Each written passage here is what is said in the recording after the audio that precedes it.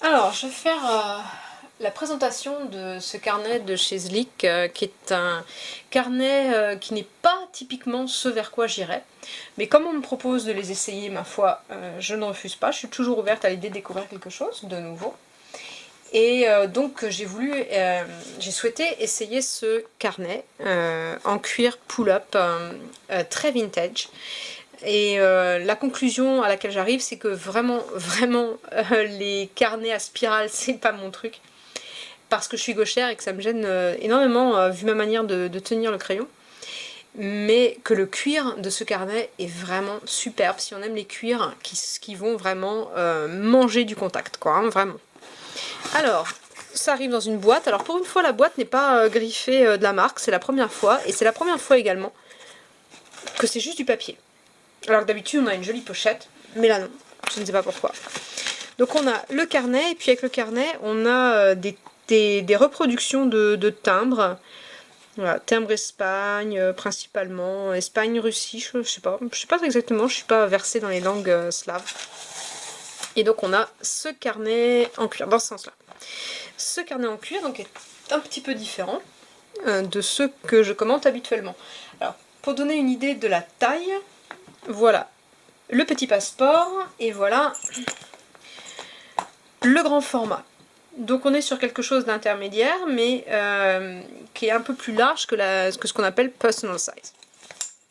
Au niveau du cuir, on va retrouver un cuir un petit peu similaire à ce carnet qui est le tout premier que j'ai acheté chez Slick et que j'aime beaucoup parce que c'est un...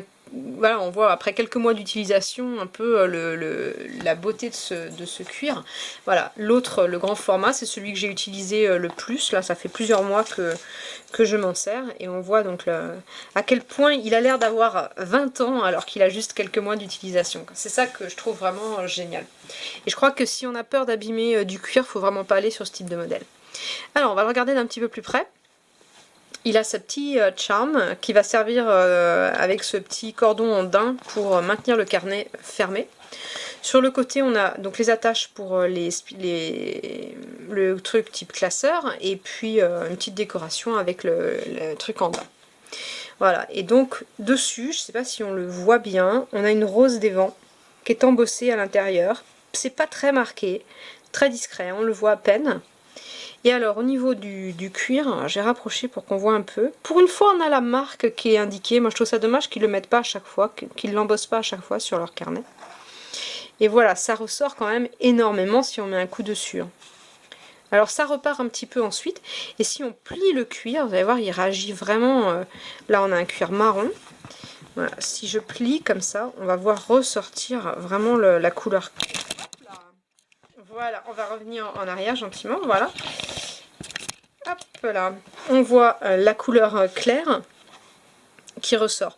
Je vais le faire peut-être en haut, on le verra encore mieux. Voilà, on est bien marron, et là je plie, on voit la couleur qui va ressortir dessous en beaucoup plus clair. Et ça part, hein, ces pliures-là, ça part légèrement, ça finit par rester si on le fait un petit peu souvent. Moi j'aime bien faire ça sur les bords. Voilà, on va aller à l'intérieur. Alors à l'intérieur, donc on a ces deux côtés, et on a un petit marque-page, toujours avec un petit cordon en ubique, avec sa petite encre et son petit cœur. C'est un chouette, c'est joli, c'est pas un simple petit encre, c'est sympa. Et à l'intérieur, donc on a le carnet avec 200 pages d'un papier qui est couleur crème, ivoire, qui n'est pas d'aussi bonne qualité que dans le reste de leur carnet, qui me fait davantage penser au papier qu'ils avaient dans le tout premier carnet que j'ai acheté de chez eux, celui-là. Et qui me conviendra sûrement plus à un usage crayon à billes que plume. Mais bon, ça fera l'affaire. Bon, très bien pour faire des petits dessins. Je pense que c'est plus le type de carnet qui va rester sur un bureau pour prendre quelques notes. On a le système à ouverture ici. Donc ça va permettre évidemment par rapport à un Traveler's Notebook habituel, ça va permettre de pouvoir trier, ranger un petit peu les pages. Et ça va permettre surtout d'avoir quelque chose qui reste bien à plat. C'est un des gros inconvénients du Traveler's Notebook. Je vais montrer un exemple. Voilà, on le pose bien à plat et pouf, ça remonte. Ça tient pas en fait à plat. Donc celui-là, oui. On a le côté cuir très sympa et ça donne les avantages de ce système de type classeur, mais que moi j'accroche pas simplement à cause de ma manière d'écrire qui fait que je gratte sans arrêt dessus. Mais certains font ce choix, par exemple pour les utilisateurs de Filofax, eh bien ça fait parfaitement l'affaire, j'imagine. Voilà, donc pour la présentation, alors j'ai montré quand même un petit peu le cuir intérieur, on voit c'est un marron qui tire sur le rouge légèrement. Donc là on a l'éclairage soir, hein, mais ça tire un peu moins sur le rouge sur ma source.